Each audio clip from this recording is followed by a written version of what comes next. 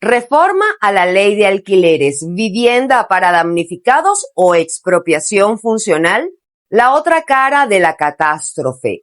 Personas sin localizar, opacidad oficial y zonas abandonadas más allá de La Guaira. Secuela epidemiológica. La Organización Panamericana de la Salud enciende las alarmas por posibles brotes en Venezuela. Les contamos. Nuestro país enfrenta días de enormes desafíos, pero también de esperanza y solidaridad. En Impacto Venezuela seguimos acompañándolos con una cobertura permanente y verificando cada hecho con responsabilidad. Bienvenidos a la emisión matutina de noticias de este viernes 10 de julio de 2026. Soy Mildred Manrique, comenzamos. Con miles de damnificados buscando techo, la reforma a la ley de alquileres genera alarma. Los propietarios temen que la emergencia termine abriendo la puerta a una mayor intervención sobre la propiedad privada. Juan Gutiérrez Gamba nos amplía esta información. Los terremotos dejaron miles de familias sin vivienda y con necesidad urgente, conseguir un lugar donde vivir. Irónicamente, en ciudades como Caracas existen numerosos apartamentos y casas desocupadas que nunca entraron al mercado de alquiler por la desconfianza de sus propietarios. Ahora el gobierno anunció una reforma a la legislación sobre arrendamiento con la promesa de responder a la emergencia habitacional. Pero la pregunta es si esa reforma devolverá la confianza al mercado o abrirá nuevas incertidumbres. Según lo anunciado por la presidenta encargada, Delcy Rodríguez, la reforma busca incentivar el alquiler de viviendas y ofrecer alternativas para quienes perdieron sus hogares. Sin embargo, todavía no se conoce el contenido del proyecto.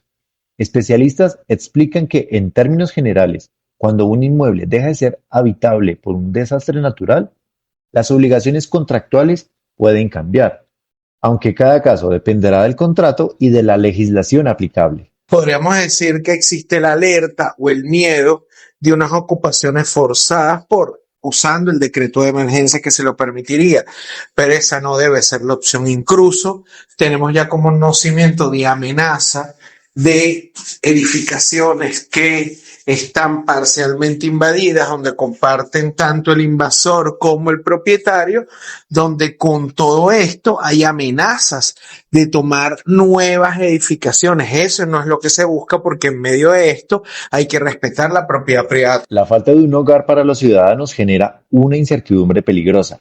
Inquilinos que no pueden pagar un sitio nuevo y dueños temerosos de perder su único activo.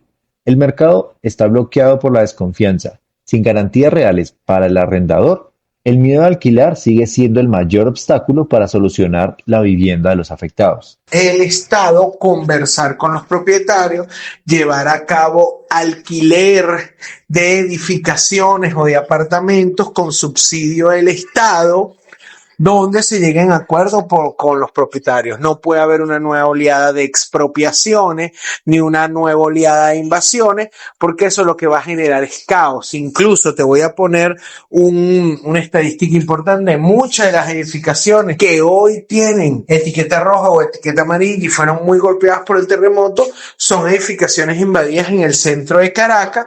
Una reforma que solo apunta a la coacción y no a la confianza condenará a Caracas a seguir teniendo miles de inmuebles vacíos, a la par que cientos de damnificados esperan una respuesta. La reconstrucción requiere un mercado sano, donde el derecho del damnificado a un techo y del propietario a su bien puedan coexistir bajo una ley que garantice seguridad jurídica para todos.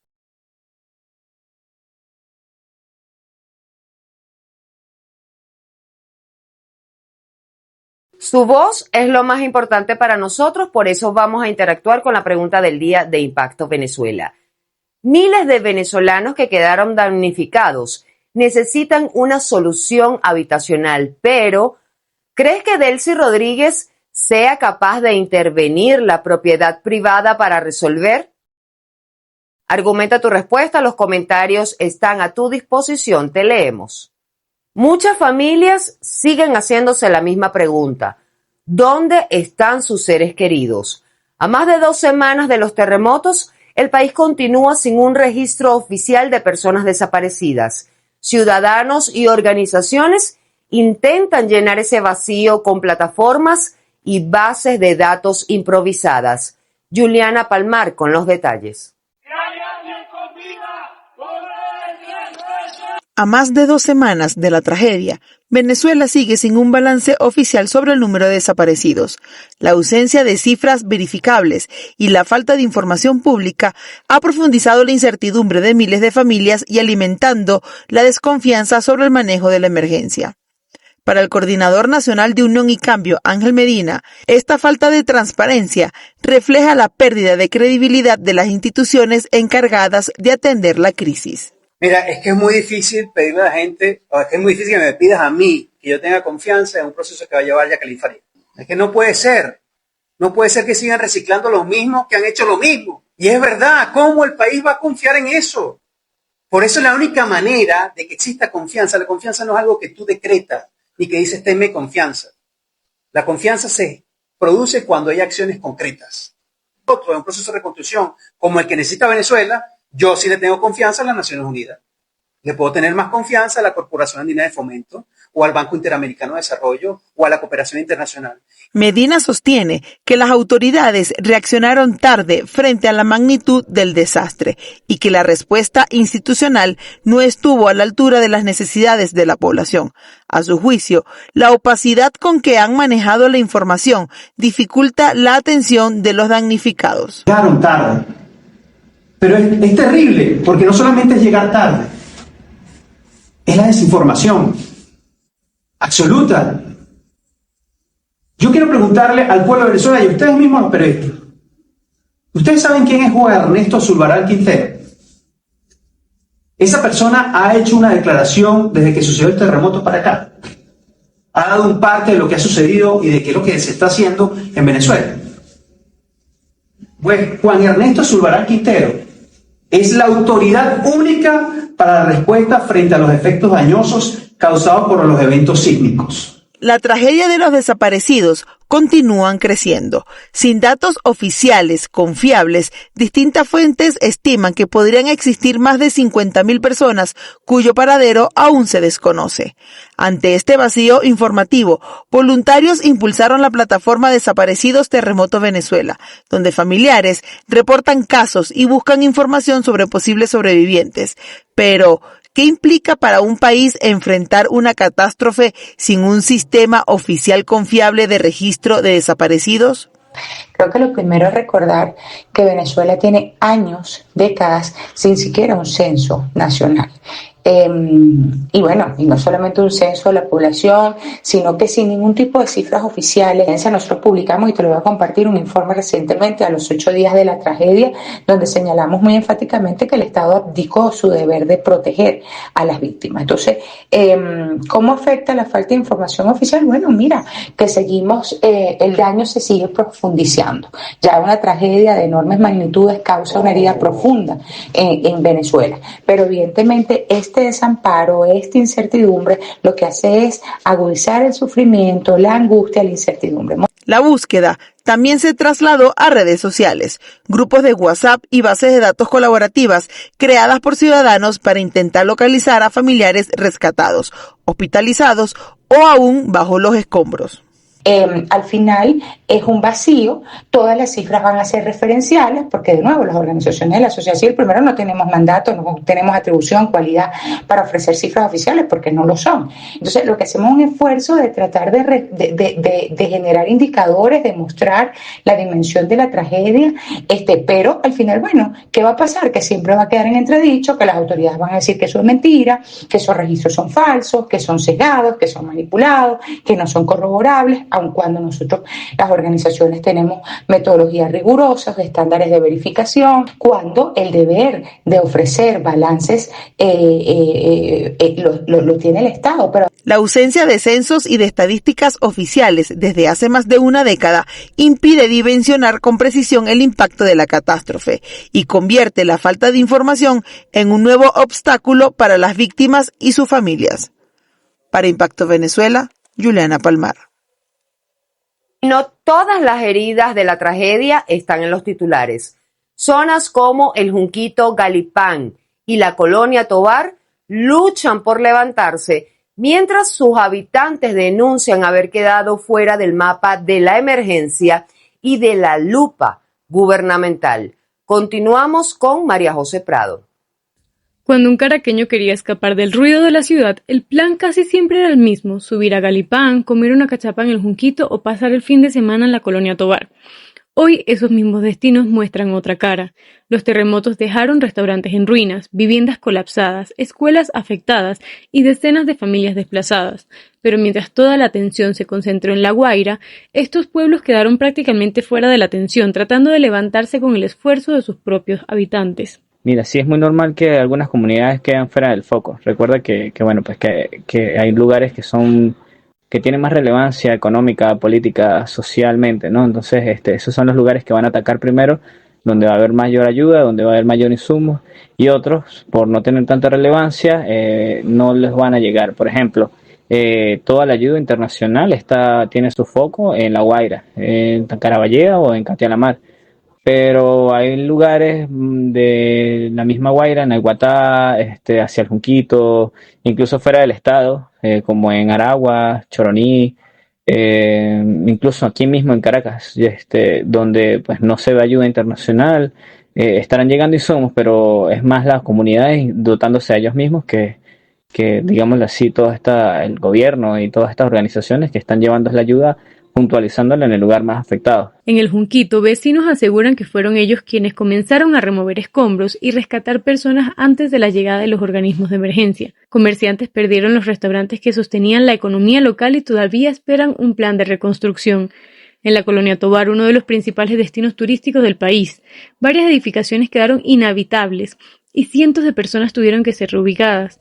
En Galipán, las fallas en la vialidad y los derrumbes también golpearon a quienes dependen casi exclusivamente del turismo para vivir. Aunque el gobierno asegura haber desplegado funcionarios en estas zonas, numerosos habitantes sostienen que la ayuda ha sido insuficiente frente a la magnitud de los daños. Y el riesgo que implica el retraso de las evaluaciones estructurales tiene que ver con la necesidad que están teniendo las personas de haberse quedado sin un hogar, sin una casa, sin un techo donde vivir, puedan hacer uso de estas estructuras bajo su propio criterio, ¿no? El detalle está en que estas estructuras, si están seriamente afectadas, si no hay una evaluación, las personas pues pueden hacer uso de ellas, y si hay un sismo de menor intensidad, como lo que han ocurrido recientemente, o las réplicas que han seguido ocurriendo después del terremoto, esta estructura se puede venir. O por el contrario, si estas estructuras están en buen estado, quedan en buen estado, solo que hay que hacer arreglos menores, pues se puede atacar eso para darle solución a estas personas que quedaron sin un hogar, y de alguna manera empezar a cumplir y a solventar esta necesidad que es amplia en este caso, como lo que está ocurriendo en Caraballeda y en Catialamar principalmente. Los terremotos no solo derribaron edificios, también golpearon a algunos de los destinos turísticos más tradicionales del centro del país. Lugares que durante años ofrecieron un respiro a los caraqueños ahora necesitan que alguien vuelva la mirada hacia ellos, porque la reconstrucción no termina cuando dejan de sonar las alarmas, apenas comienza cuando las cámaras se van y la vida cotidiana tiene que volver a levantarse. Pero el debate en Venezuela también va más allá de las viviendas y los desaparecidos. ¿Quién y bajo qué condiciones dirigirá la reconstrucción del país? Quique Frías nos cuenta. Cuando parecía que Venezuela se encaminaba a una recuperación tras una crisis multiforme de más de 10 años, el doble terremoto del 24 de junio parece cambiar los planes de transición sociopolítica profunda en el país. Un grupo de expertos que participaron en el foro Claves para la Transición advierten que la emergencia se puede agravar si, por priorizar la reconstrucción del país, el régimen chavista decide salirse del camino hacia unas elecciones. Este terremoto nos ocurrió en medio de una emergencia humanitaria compleja que lleva más de 10 años pasando, y en medio de una crisis política que se profundizó aún más con el 28 de julio y que, bueno, a propósito del 3 de enero pareciera que íbamos hacia un camino electoral que hasta ahora pues se quedó un poco en el aire.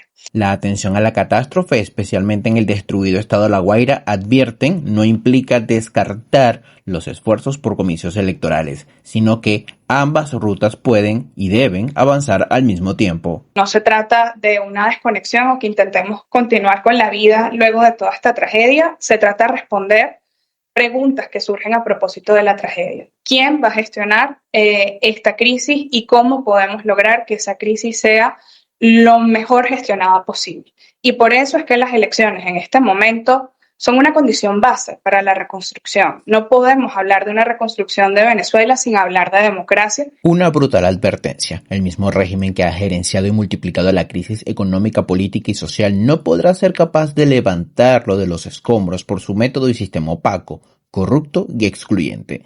Si bien ya no es Nicolás Maduro el presidente, la encargada Delcy Rodríguez, que pareciera tener otro tono, siempre fue parte de la misma foto de poder. ¿Qué riesgos debemos corregir? Y aquí no es solo hablar de riesgos, del terremoto, de las fallas de infraestructura, sino también corregir riesgos institucionales que ya existían. Transparencia se ha dedicado a denunciar años de opacidad, de corrupción, de debilidad de los servicios públicos, de falta de controles y de desigualdad territorial. Y sobre todo de la exclusión de la ciudadanía en decisiones públicas. Pero ese doblete sísmico reveló la vulnerabilidad estructural de un país con instituciones debilitadas, una población empobrecida y un gobierno, más que un Estado, un gobierno que enfrenta grandes dificultades para administrar una crisis de gran escala. La transición que se plantea no se limita a fijar una fecha de elecciones, también requiere un acuerdo político verificable, nueva autoridad electoral, actualización del registro, auditorías y garantías para que la voluntad ciudadana sea reconocida y respetada. La reinstitucionalización sería el contrapeso para que la reconstrucción no dependa únicamente de las decisiones discrecionales del régimen chavista. El momento de importancia de ese trabajo conjunto es ir creando las condiciones para la reinstitucionalización del país. Crear las condiciones para la reinstitucionalización pasa por la designación de un nuevo Consejo Nacional Electoral. Con ayuda de transparencia, cuando hemos hablado del tema de la designación del nuevo CNE, nos hemos afianzado en que el estatuto electoral especial, transitorio, sea el que defina cómo se designa el Consejo Nacional Electoral. La tragedia obliga a tomar decisiones urgentes, pero no sustituye el debate de fondo. Una Venezuela sin elecciones y legitimidad corre el riesgo de experimentar una reconstrucción mal administrada desde las ruinas. Reportó para ustedes Quique Frías. Impacto Venezuela. ¿Sientes que te pierdes entre tantas noticias? En Impacto Venezuela resumimos algunas solo en 60 segundos. Quédate con nosotros. OPS enciende las alarmas por posibles brotes en Venezuela. La Organización Panamericana de la Salud descartó por ahora la existencia de un brote de cólera tras los terremotos, aunque advirtió que las condiciones actuales del país mantienen elevadas las probabilidades de aparición y propagación de otras enfermedades infecciosas. El organismo expresó preocupación por el riesgo de brotes de sarampión, enfermedades diarreicas, infecciones respiratorias, dengue y otras patologías asociadas al hacinamiento, la interrupción de servicios básicos y la baja cobertura de vacunación. La OPS insistió en la necesidad de reforzar la vigilancia epidemiológica, garantizar el acceso al agua potable y acelerar las campañas de inmunización para evitar una crisis sanitaria adicional en medio de la emergencia humanitaria. Según el último balance oficial, la cifra de fallecidos en los terremotos se ubica en 3.899, mientras que la de los heridos se mantuvo en 16.740. Venezuela aislada, 5 aeropuertos evitan el colapso.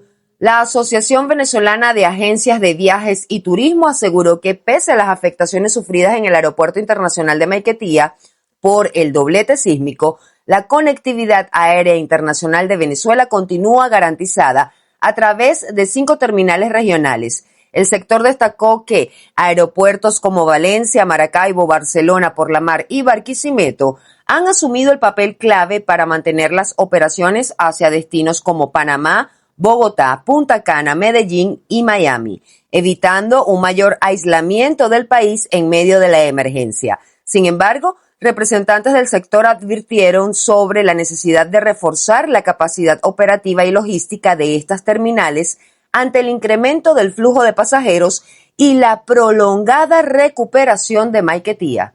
Amigos, muchísimas gracias por acompañarnos. Los invitamos a mantenerse atentos a todas nuestras plataformas digitales. Soy Mildred Manrique.